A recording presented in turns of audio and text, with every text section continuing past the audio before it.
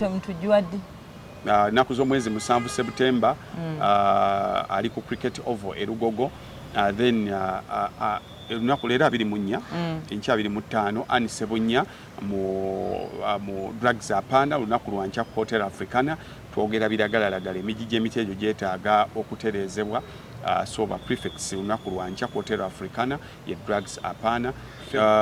Naku z'omwezi genda kubeera 17 August bali ku Serena Hotel Febuddo mugende mubawagire. Then internet unlimited internet Airtel bagenda kuyambako kugi installinga ku bwerere installation ya bwerere unlimited osasula leero nga 24 eggwako nga 24 so tukubiriza katendo oyo mubakubira abo no be batuyambako okutambuza channel eno so mubakubire mubawagire. Gwaina internet yagiteeka waka yagiteeka mu hotel yagiteeka mu somero bakubireko mukubireko katende akutereyo internet eri unlimited atenga ya 5G edukira ku speed ya kikacha waggulu nnyo. Irene Nambiru was Friday eno tugenda ku Serena ticket ya mitwalo 2 ogenda ku Mohawk. I think that's the right pronunciation. It is moohk.com nogula ticket yo tezigenda beerawo ku mulyango so mukwano the earlier the better before we announce that they are sold out. If you want to be part of the timeless experience chikole ng'obudde bukyali ku Lwokutaano tugende tuwagire Irene Nambiru. Kale tubabuzaako kansubire buli kimu kitambula bulungi muli mutya obulamu butambula butya leero lunaku lwa kusatu wiiki ekyagendera ddala mu maaso. Eggulo we twaviiridde wano twabadde tumaze obagamba nti abavubuka mu kibuga mu Uganda beekalakasa okulwanirira enguzi nga bawalkinga to parliament gye basuubira nti weewali ensibuko yaayo. Waliyo obulwadde obuyinza oluma abantu naye nga tetumanyi buva ku ki bala abantu batondoka bafa kati abavubuka bo basuubira nti enguzi eviira ddala mu batop eviira ddala ku ggumba. So and that is the house now. Wetwaviiridde wano nga kanga akatengo abantu kabayiseemu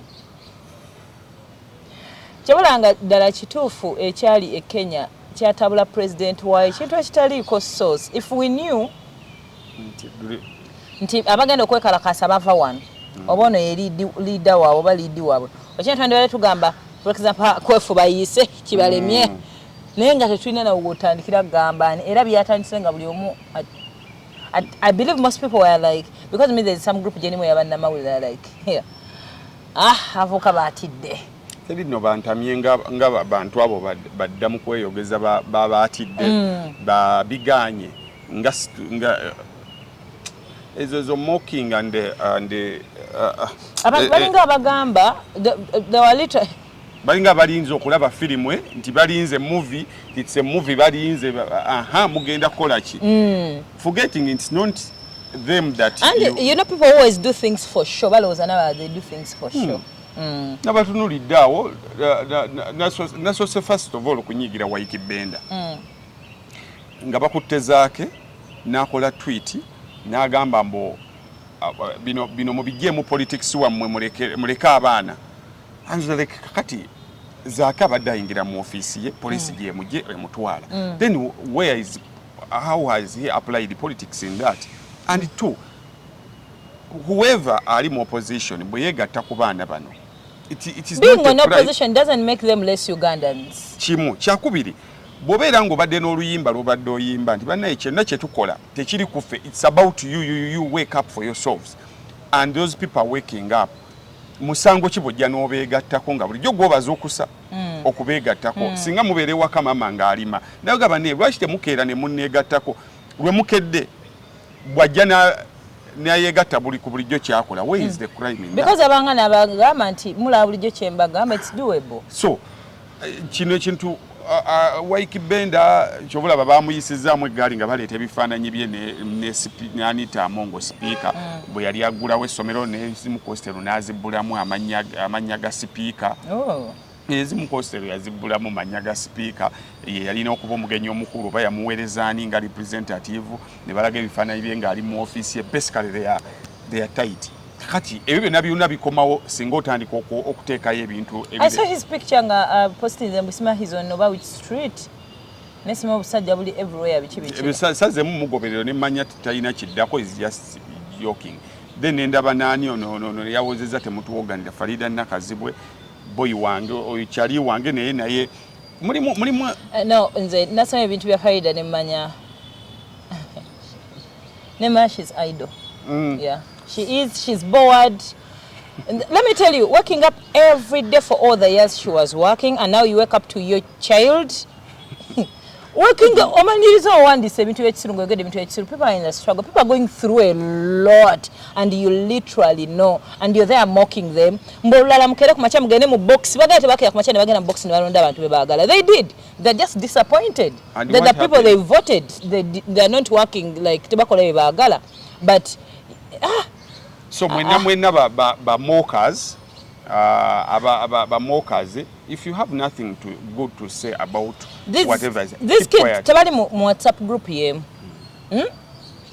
bayina ekintu kyabalwanirirako buli omukyala ba broad daylight personally nkirwanirirako nange nkiraba we are struggling nze nababuuziza ife abakeera ku machene tujja ne tukola tufunayo akasaala olaba embeera etunyigotuuka ku kino olwo abantu abatalina mirimu ate nga waliwo ebintu byonna babikola byetukola they want to school bakola emirimu basoma emirimu emirungi buli kimu bakikoze empapula bazitambuza they are not lazy all you're doing is now call them lazy but they've tried to do what they're supposed to do jako data n'essimu yo oba tolina byakwogera let people babalwani be sacrificingire mu abali eyo abatudde comfortably.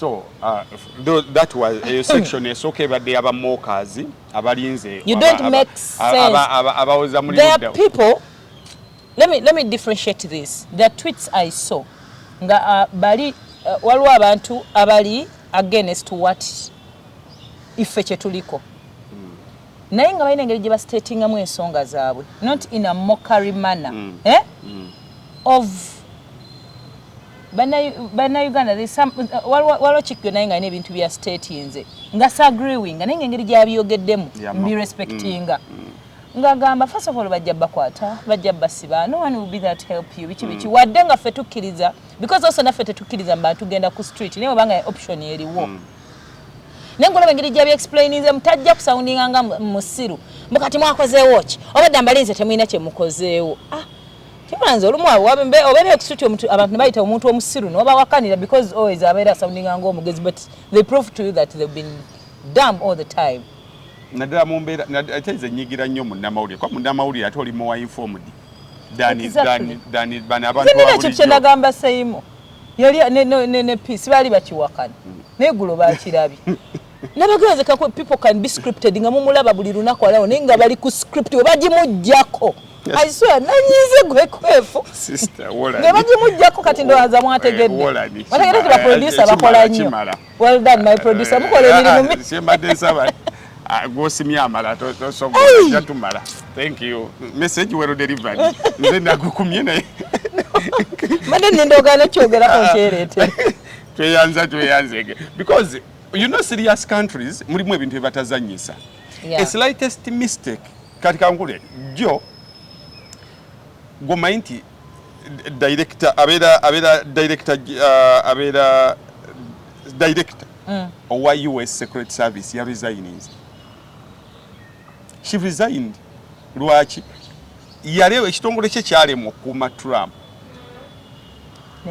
gyatali ya deployinga yo baana be bali balina okukola emirimu gyabwe abaana tebakola mirimu gyabwe bulungi she was brought to the panel abera accountable ne bamubuuza ebibuuzo babuuza omukazi yamubuuza ebibuuzo mukazi watunga byannyonnyola jjukira yabeereri waggulu afuna bufunyi report ne bamubuuza mmwe when do you consider someone to be a threat omuntu asitudde ensawo omuntu alina eggaali ali waggulu ku kizimbe is not a threat mukazi watu n'abannyonnyola nti si buli abaweesa ensawo nti she's a threat ne bamubuuza kati she's a threat nga amaze kuba sasi so emirimu gyo gikulemye bwe babanga presidential candidate a former president what about bawanayinki n'abalala bemukuuma nga secret service she took the honor n'agamba banti sebo ne bannyabo obuvunaanyizibwa mbwetikka ekitongole kyange kyalemereddwa and nsaba mufune omuntu omulala era bafunye edda omuntu omulala in acting capacity era omuntu omulala gwe bafunye banyonyodde profile ye nga nene ejja kujyawaawo. So when we tell our leaders to be accountable totunyonyola mbuno ate no waliyo simanya gundi nalabye jo speaker of parliament deputy Thomas Tayebwa nga literally nga yagamba Thomas oyine bintu biwakoze byade bisatu. First of all kutugamba mbu ba colleagues oli disappointed nengeri ba colleagues engeri jeberyamu nti omubaka omwe engeri gyalumbamu omubaka omulala. Mbu mumuyina kubeera kitole mbu era gwogenda mu constituencies z'abantu abamu noyogera bintu byo nga tovumiridde banaye awe muri si nyumba ya Bwaseruganda buli muntu alina omulimu gwe bwamutu mukolawo. You are not there to look for friends. Exactly. You are not there to look for your father, your relatives. You are not relatives there. You are buli omu baamutuma abe Kampala balina kye batuma Ansereko abe Bukomansimbi balina kye batuma Kayemba buli muntu ali awo kulwa abantu be. So it's not So it's not that nja kunyiza hafi sijja kwogera kunyiza gundi ekyo si kye muri mu parliament era ekyo wakoze ensobi. Kyakubiri n'otugambe eggulo mbu abantu balowooza obutaba na mirimu buvunaanyizibwa wa parliament enguudo obutakolebwa buvunaanyizibwa wa parliament Tayebwa gwemanyi parliament mwe mu appropriatinga sente. Minister of Finance teyina sente zefulumya paka parliament ngezikiza ensonga lwaki ne budget eyita wammwe. Kakati toyina bungamba nti nze mbulwe emirimu mbulwe enguudo mbulwe obubbi nti kati we are literally seated here teaching our members of parliament their roles in that house because nga balina ebirala bibakolayo. We are colleagues toyina kuva mu colleague muno ngana ffe twesomesa eno ku mirimu gyaffe mu companies obutono bwe tukolera mutwesomesa nti we are not supposed to be colleagues. We are here to work and go home, get paid and that's it. Ebisigadde bijja. Nze bwe ntuuka ku set nga Seimo tannatuuka. Sina na kye mulowooza ko Seimo tannatuuka ye kati nze nagenda nti ankole. Okola mulimu. Nkola mulimu go. Whether wali obataliwo I make sure show ekoleddwa. Era babuuza at the end of the day nti lwaki kola mwakola 50% then you bring it the other 50 was not available. Exactly. So gwe kola ogugwo. Toddamu temuli muno mwagenda kunoonya mikwano mukalulu mukakanoonya mwe. Tebagenda kusomera emikwano twaginoonya tuli ku ssomero. Kyakubiri I just amplify Senyonyi's submission.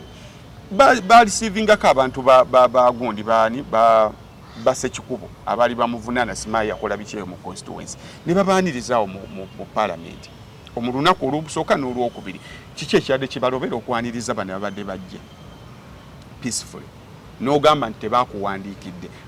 Nabagamba bwe tutaayawula ebintu bibiri legality and ethical waliwo ebintu ebimu nga kyampisa kiri ethical. Wano mu Buganda omugenyi bwajja tusooka kumwaniriza then ne tumubuuza ekimuleesereeta. Actually si mu Buganda everywhere lwakuba nti buli kimu mwagala kisooke kuba nga kiwandiike somewhere. No baga kisooke kibe nga kiwandiike nga kiina impact. Ekyo bakyogera in excuse not because bakimanyi kituufu. Ekituufu kiri nti nno bakimanyi naye bena beboogera just they're protecting something that happened but tolina kubeera nga bapandiikidde.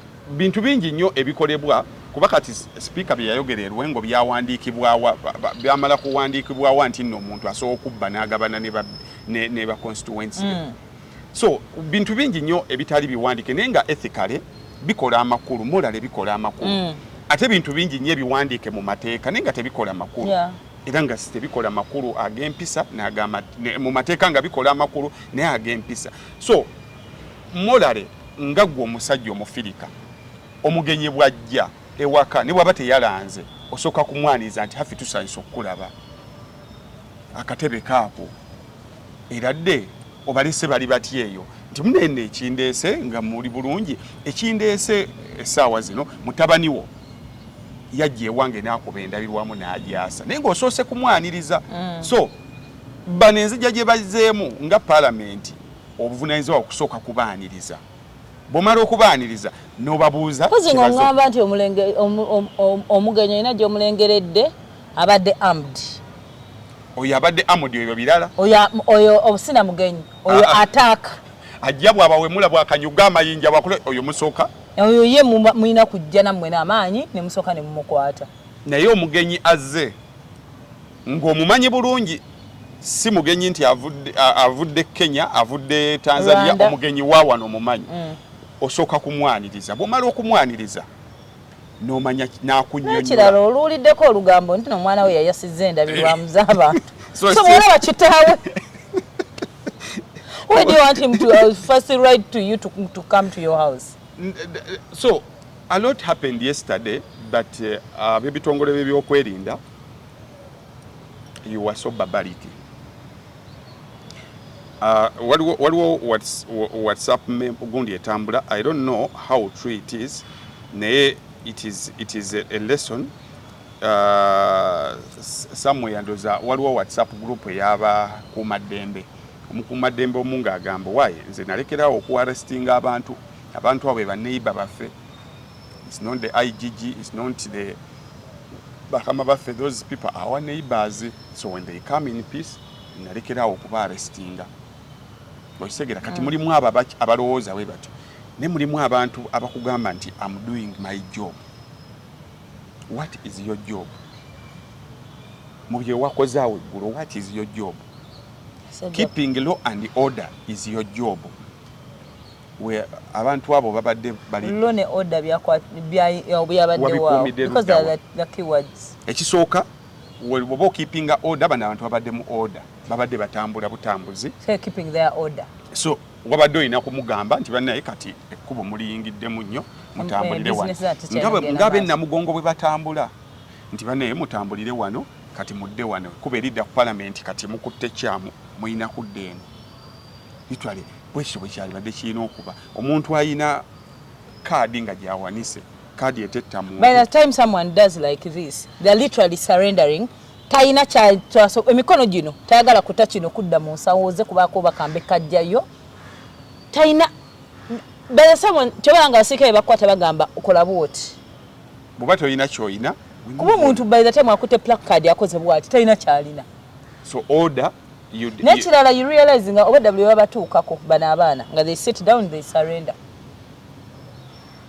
So you notuka n'omwana notuka ku mwana abandi n'omukoba kibooko omusajja yandekanga alya kubya omwana aba bakutoyo ayani Sami ng'olabira ddala does. So instead of keeping law and order you kept disorder and unlawfulness. You went in the opposite direction. Njagala anyway si training anko ku busirikale simanyi kyeka baliise ennumba obukambwe basajja babujja wasaawa ezo. Anti kakati nze kwanze njagala obukambwe bwange nze bujja bupayiringa. Anti oliriza eyasuza obubi omulabira ku nkeera nkugamba nnyo waneeno mu bintu by'abafumbo omukazi ng'amaze emyezi 2 bawe yagenda safaari kwesatu enkeera gyakeeramu era baba bakambwe gwe omanyira gwenja kusamba gwenja kulaki naye mwami we lwakomyewo the next morning ku mirembe kwa abasula ku mirembe banaye muli mutyeyo banaye kakati abasajja ab'engeri gye babeeramu their lifestyle ebanyiiza bino byabakazi kuyomba na bbawe ekiruina kimalira ku baana. Their lifestyle ensula gye tosuubira muntu afubutuka mu buyombo obwo kujja kukwata bulungi gwasula mu apartment y'emiliyoni. Tosuubira muntu ayina uniform nga yayulikade kukwata bulungi gwe gwalaba nti you are living a life gy'alina okulivinga kuba ye yasula ebweru. Those people believe we are okay because they are not okay.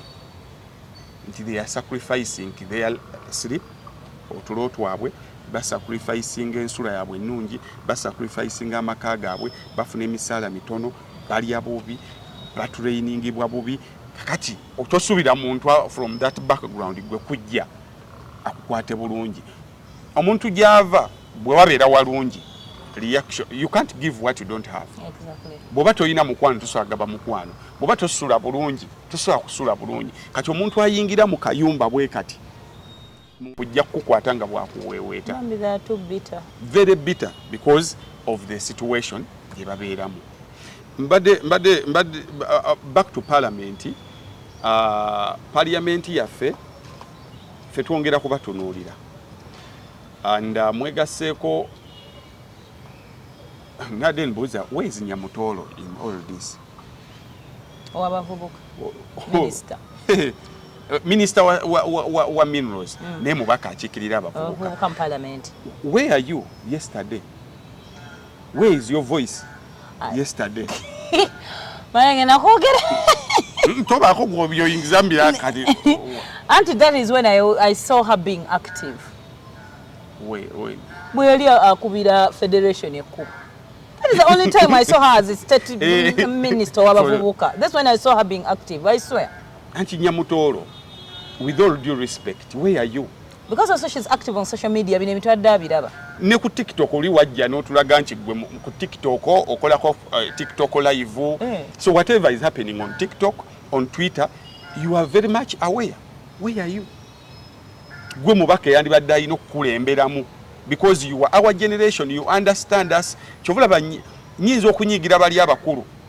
Olaba ku nsonga za bei ya pads. Ababaka abasajja mbanyigira. Ne nyigira nnyo abakazi because bakitegeera. Yes. Kakati gwe bali ababaka abalala nyinzo. Because oli twali tugamana abantu abakulu bagende. They're not tebategeera kiki tuliko. They're not relating. Ne gwa relating. Where is your voice? So where are you? You bajja kutuwa ensonga nti bw'okwata yinyini empya n'ogiteeka n'ogisa mu mmotoka enkadde byonna bisigala bikadde. But at least yinyini eyo eragawo enjawulo. But also we tuba twogera ku kigambo nti tusula njala, abaana abasula mu flats, abaana abagagaza planned kids, who we call the planned kids, n'ab'omu ghetto tuyinza okuba tetutula ku table emu ku discussinga. Naye omwana w'omu planned kid Navio bw'avaayo n'akola olimba ne Kyagulanyi kitegeeza obulamu buno abutegedde abuyingidde musonya mutolo buno obulamu obutegeera bwe tulimu. Kuba wajja n'ofuna omwana w'omu ghetto kati bwe twogera ku kigambo nti embeera mbi. Muyina okubanga newankubadde naye kati ali mu bulamu obulungi naye tosobola kuŋŋamba nti mu myaka 10 egisembyo yeerabidde. Tasobola alina okuba kati otutegeera nnyo kubanga gwe minisita waffe aye n'ogwe wafumbirwa ffe so wandibadde otulwanirira nnyo tu bwe tuva ku Nyamutolo mbadde ndaga kwani ku judiciary. Judiciary yaffe jo saabategedde nammwe bumba nga abaana abamu bakwatibwa like mu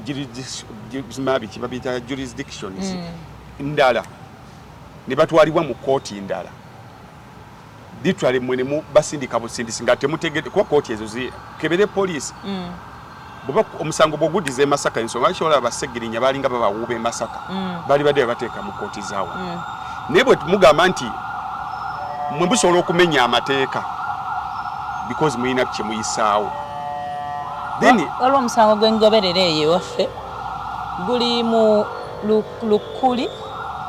Lukuli Samuel, but I have abantu bemanyi Kato police station, the officials, but all they are helping me with is kwasaganya bali aberi.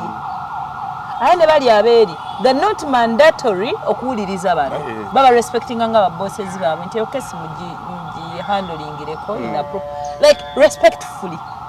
But omusango omuntu gyaguddiza gyalina ogwozi. Ekyo temwakifuddeko abaana abamu babakwatidde walala mwabagoberera amateeka ne mubawoleza mu kooti endala bamukwatidde bamutennakawa bamukwatidde walala. Kimu kyakubiri omuntu gwe bakutte ndabye Daily Monitor ewandiise Faiza Fabs bamuguddeko musango gwa being idle and public nuisance. Idle bamugjawo dda. President yamugjawo dda. Kati being a public nuisance Faiza engeri yabadde ayambaddemu n'engeri gye n'ebipande byabadde bakutte, and she was expected to be on air, yabadde alina okubeera on air ng'aweereza munnamawulire. When is the public nuisance awe equalifyingira luddawo? Then ne mubasindika paka ng'ennaku z'omwezi 31, abamu babasindise nga 5. I mean, mulimu ebintu ebimu by'otunuulira n'ogamba nti bw'otunuulira Kenya era abantu abawoza Uganda is not Kenya, fine. Nalabyeko ku hashtags ezo ez'abaweereddwamu ndowooza ku kasente to water down pressure y'eggulu nga batandise Uganda is not Kenya. Yes, Uganda is not Kenya because Kenya engeri gye bakwatamu ebintu byabwe, the institutions are very much independent. Bw'otunira Ssaabalamuzi waabwe nakugamba wano yagamba banne buli gwe bakwatidde mu kwekalakasa tugenda kukola butaweera okulaba nti ebintu byamwe byangu. Nemmwe temulina kye mwakoze bitwala obwedda omuntu olumutuusa nga mulinga abeetegese nti nalabeko ku bannamateeka nga bazzeeko oba ku CPS bazze bannamateeka babadde n'abangi nnyo naye nga bagenda okugamba simanyi ono mweyimirire mugenda okumaliriza ng'ate waliwo be bakwatira wennyininyini mu lujja lwa kooti mugenda okumaliriza nga waliwo gwe bakutte mu bumenyi bw'amateeka emisoso gye bataddewo mingi nnyo obudde bugenze bagenda okubagamba nti state agenze tetulina kye tuyinza bakolera basooke bagende banaddanga 3 mu lumu. So literally people are there. But eggulu lwabadde lwakubiri state agenze omuntu akomewo wiiki ejja. Literally people are in jail. You've stolen part of their time. Byandi badde bakoleramu ebirala, they are productive Ugandans. Abali badde balina ebintu bye bakola. Ne bali eyo mu kkomera because of incompetence. Because someone is trying, incompetence, never know when, because someone is trying to point out insobizo. So kakati gwabuza Uganda is not. You're literally silencing Ugandans. Thank you. Okubalaga nti bannaye bwe bakukwata ffe naye ffe bakuleeta. Mwabamanyi. Mwateeka mu bintu. They speak. Babula tugamba nti muli kweteeka mu bintu. So ekitongole ekiramuzi we are so disappointed. Judiciary mwe tulina okuddukira okusobola okugonjoola ensonga zaffe. So bwe tujja nga tena mu ensonga zaffe mwongera kuzisajjula tujja kumaliriza nga tetulina we out. Tu abantu abali munda mu gavumenti President Museveni yatusindika ewa Fande Nakalema. Yatugamba eno noweevu abantu mbadde nsoma Zimbabwe omanyi amawanga mangi kati ne examples ezimu ozisoma n'ozerabira mbadde ndi awo nenzijukira Zimbabwe mwezi gw'omukaaga bakwata abavubuka 8 youths babakwata abavubuka 8 era nga nabo bagezaako Mugabe be yali akola bamudira mbigere same story batandikira so abavubuka nabo bali ku street bategese nkungaana zaabwe 8 bali munda. Afande Nakalema gye batusindika atwitinze bwate. I was pleased to hold a public discussion on X last night with fellow Ugandans to discuss #Stop Corruption and the need for peaceful, progressive engagement on public issues on this nature. We should all agree on key issues and show this in our action as we engage. Tulina okukkiriziganya ku bintu ebimu ne tubiraga n'ebikolwa byaffe. N'agamba enguzi we do not condone it.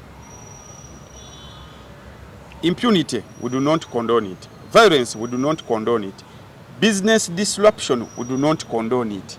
Hakati, corruption, impunity, violence. Ebe tukkiriziganya ffe nawe ebiri ate tukkiriziganya nabyo. Business disruption, okutaataganya business, tetukkaanya nabyo naffe ffe kennyini.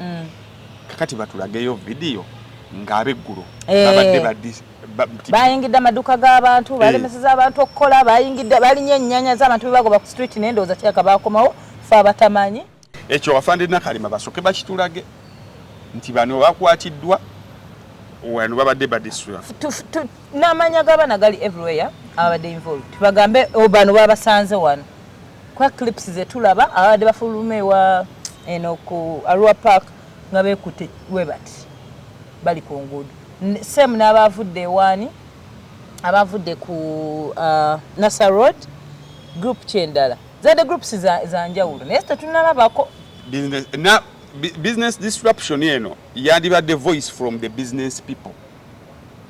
Just show me business people in town be bakozeeko survey ne babagamba banaye abo babadde bakyankalanya bizinesi zaabwe tewaliwo business person n'omu yeemulugunyiza n'agamba Ugandans should be patriotic even as we stop corruption. We should all agree that we want the following for our beautiful country, #Uganda. Peace and security. Thank you. Kakati abavubuka bazze peaceful. Security mwabadde muyina kuba wa bukuumi. 2.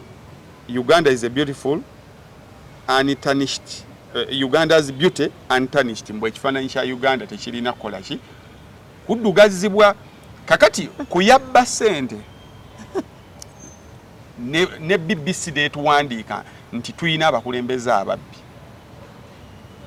noono agezaako okulwanyisa obubbi ani asiiga ekifaananyi kya Uganda obusa afande bano abazze okuwaabira ababbi ne bali be bagamba nti babbi abazze okubeera nga beemulugunya nga batambula mirembe n'abaabakutte ani yasize ekifaananyi kya Uganda because ensi eze America and what have you abantu beekalakasanga bulijjo balaga obutali bumativu bwabwe era ne babaleka bwe bamaliza ne bagenda bwe ebiwandiiko ne bituuka gye birina okutuuka ne bagenda. Waliwo ababadde beemulugunya ku bukadde bwa Biden ku bo ne Biden eyakkiriziganyizza nabo n'akola kye baagala n'alizayininga. Ani yasinze okusiga ekifaananyi kya Amerika nti kirungi?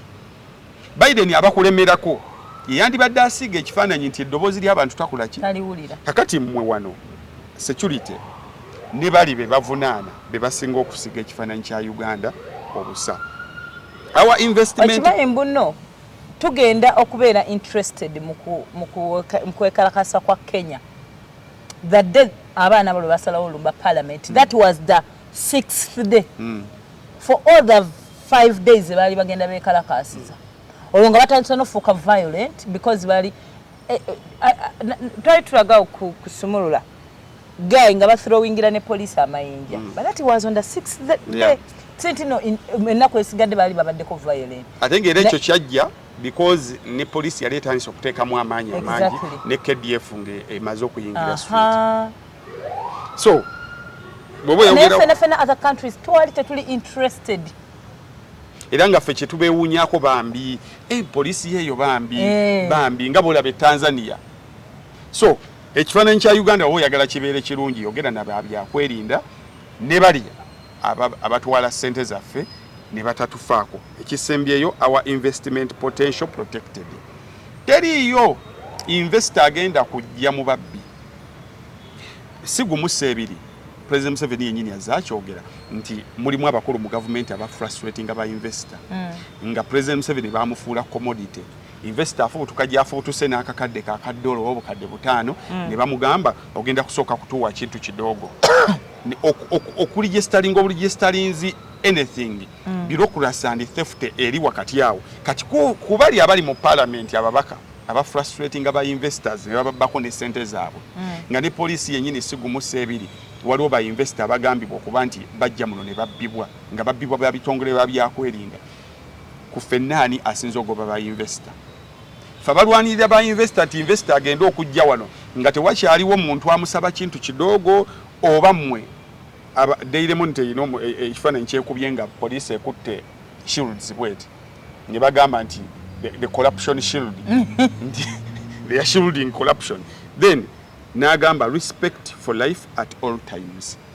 Afande Nakalema who is not respected gwe genda okebere emigga egyakubiddwa abaana ab'eggulu genda okebere gye babasuzizza genda okebere gye babajje n'entwala gye babatuttemu who is not respecting life bo abeekalakasa abadde batatambudde yadde n'ekyokulwanya omusajja alina embooko bwedda ze bakuba abaana muno nga ziringa lwabba zinayingidde ekibuga saawa zabadde nga 8 nenkolamu 7 empisaamu drive nga muganda wange. So respecting lives it's not upon the peaceful demonstrators. Obamanyi mulina ebintu ebimutayawula demonstration kulaga butali bumativu bwe mugikwata obubi yeefuuka riot okisegedde but bwe bantu baba bakyali ku level ya demonstrating kulagako nti tuli bamativu mubawe listening ear. President Museveni alina ebigambo ebikontana kyobulaba nze with the leaders weewuunye. The same person yakugamba nti we are fighting corruption. Fenna tuli wamu as Uganda. Fenna tuli wamu nze nammwe ne ba public service you the victims and us the leaders. You are the same people, the same person who comes the next weekend or the other weekend n'ogamba nti we are going to face fire. Faba kuyambako. Okubya enduulu nti woolololo mubbi wuno ababbi baba nombafunye. Nange nziza okugamba nti woolololo oyo bulijjo ye mubbi ate n'osookoleko omubbi ate n'okubanza ayongedde okuleeta obujulizi. So something is not right. Tujja kubasaba bassebo ne bannyabo buli muntu ku lw'eggwanga lino. Uganda has to continue, but it won't continue with this kind of legacy and history. Buli muntu olina omutemwa ogw'okukola. IGG nalabye wabadde olitweetinga speech ya IGG gye yakola. Nagamba aba bakulembeze abaliyo si be bagenda ofiira mu malwaliro gaffe ga Kiruddu n'ebiringa ebyo. They can fly out. And I was very happy yesterday nti abantu ku luno abadde ku street si beeba bano abantu ba wansi Bulje baita bahuliganizi. Ku luno tebadde bahuliganizi mu ekyo tekirina kye kibategeeza nti emyaka giri gyonna abantu abadde beekalakasa adde bava wa Kisekka abataasoma bemugamba nti tebaasoma be yahuliganizi tebabitegeera. Bemuyita abayaaye abageto. This time bw'ogenda ku Twitter space abantu abaliko jo nabadde ku space ya Solomon Serwanja yawedde date kwabaddeko abantu kumpi nga 10 bebadde nga eyo bangi ng'abantu abaliko batoko bantu baasoma the tokozi the timu yonna eyo baasoma kakati bwe kiba kivudde ku muti omubisi kati kekigudde ku muti omukalu. So kakati bwe muba mukyali birowooza nti nno mukyalisa bijanjalo mpiso omuyivu ate yaba mulala nti ye n'amateeka abagamanyi n'eddembe ly'abaalimanyi ebimbadde mudiringa na bebuyita bahuliganizi tebaasoma. This time bamwogera luzungu we bali ku street. This time bannamateeka I was so happy nti luli bamwogera luzungu balinga babeera mu office ba lawyers nga tebafaayo ku bahuliganizi. Ne this time ababe bwennyini be baasoma nabo ozegedde nti be baasoma nabo of the last 10 years balooya abaliko kati ba practicing lawyers be baasoma nabo be bali ku street be baasoma nabo ne balooya bennyini tebalina mirimu kakati batandise okwewolereza. Era bleedi eyo yonna bw'onoogikebera ye bleedi eyava Makerere yonna eyo bleedi abaali balwanyisa tuition abaali balwanyisa Nasarodi nga bayimba kayimba ke Makerere ne makati abayivuke bakiri balooya abagenda mu printer and filing be okitegedde. So twajigala kubebaza nti buli muntu woli any sensible person kino kikukwatako. Boddayo n'ogoberera ebigambo ya President Museveni mu 1980 yagamba because of poor planning we say we lack trained manpower when there are jobless professionals walking on the streets. Because of poor planning olw'enteekateeka embi tugamba tetulina bakozi kyokka nga ku street kuliko abantu abali trained naye batambula tebalina mirimu. Ekyo yakyogera mu 1980. Tuli mu 2024 gwe teweerabirako. So because of poor planning mulina abantu things that happened in the 80s are coming back. Actually they are back so many years ago. So kakati ebyabalwanya bizzeemu jakwe yayimba oluyimba olwo simanyi weya bamulwana obwo. So tugenda kusaba ebyabalwanya bizzeemu. So tugenda kusaba let foreign powers muleme kujjanga buli boogedde ku homosexualities. All rights are rights. Kakati where amaloboozi gamwe gali luddawa ku bantu abakwatiddwa foreign countries n'ebiringa ebyo wantu beetaaga human rights yaffe liruddawa ina statement gyeyafulumiza bafulumiza nabadde ngoberera ba lawyers ebitongole bya ba lawyers ebisinga Uganda Law Society yaweereza human rights yagambye nakirabyo okimpeereza naye ngeri gye twabadde mu yiriba nga soko oyisemu Azawi yawo. Thank you Azawi. I can understand the pressure you are on. It is very hard naddala bobanga okozesebwa to speak what you are speaking naddala ng'oluusi environment etulimu eri toxic. There are very many forces at play. Nze bw'oteekayo tweet n'ogijjayo it's understandable. So n'okwewozaako tolina kwewozaako because there are very many mainstream medias ezikoze stories ne bazibajjisaayo. Wano Daily Monitor tujjukira bwe yakola ebbaluwa ya MK project ne bagiggala ne bagikaka n'okwetonda. So kati bweba mainstream media esobola okutuuka ku ekyo, now you can understand, but for as long as your voice is heard. Osinze bangi abatayaya. There are very many people abakusinga obukugu, abakusinga okumanya, abakusinga okutegeera, tuwandiike abakusinga okutegeera, nenga they are very much silent. Balinze kujja tukubirako simu tubuulira nga bwe tulina okubasondera kubanga balina ebizibu byabwe. Uganda Human Rights Commission yagambye the commission acknowledged the right to peacefully assemble and demonstrate together with others as enshrined in article Bajogera. As a national human rights, we shall continue to monitor the situation and guide the general public accordingly. Okay. Nayiwako omukono. Salongo yani Maria Muwangadia person. Kale, so the rest tujja kubyogera endongoza mwe tujja ziddamu kuba mawulire g'endongo mangi gakyatambula ne tujja biddamu as time comes. Naye kino we kiri Uganda has to move on. Bw'osirika bwoti buli lw'osirika ng'oluyimba lwa Bobi Wine olwa Freedom mulimu line egamba buli lw'osirikira eyo abakulwanirira oba obasaddaase gwabalinda kweni TV akawungeezi ne kugeesigika katula beera batutte batya leero nga tebaweze mbadde ngenda kwesa ekigambo ekinene gwabalinda n'ogamba babatutte batya like literally doing nothing. Olinze kubalabanga movie kwen TV akawungeezi kugeesigika then lwe batakoze n'oba mokinga n'abagamba mwatya nnyo gwate bokale batya gwate wafa nnyo because gwe wafa bo balamu at least they've balina kye boogedde abalala kwe balisinziira ne bazimbira okwo. Omuntu eyakola technology ono gwe tulaba, omuntu eyakola emmotoka emyaka giri emikadde teyakola Benz nga bwe ziri, teyakola lawumu gyovuga, teyakikola ekyo. Yatandikawo akantu akatonotono abalala kwe bazze bazimbira technology yazze akola evolvinga. So ne bano batandiseewo akatono abalala kwe banaatandikira kigende nga kigejja.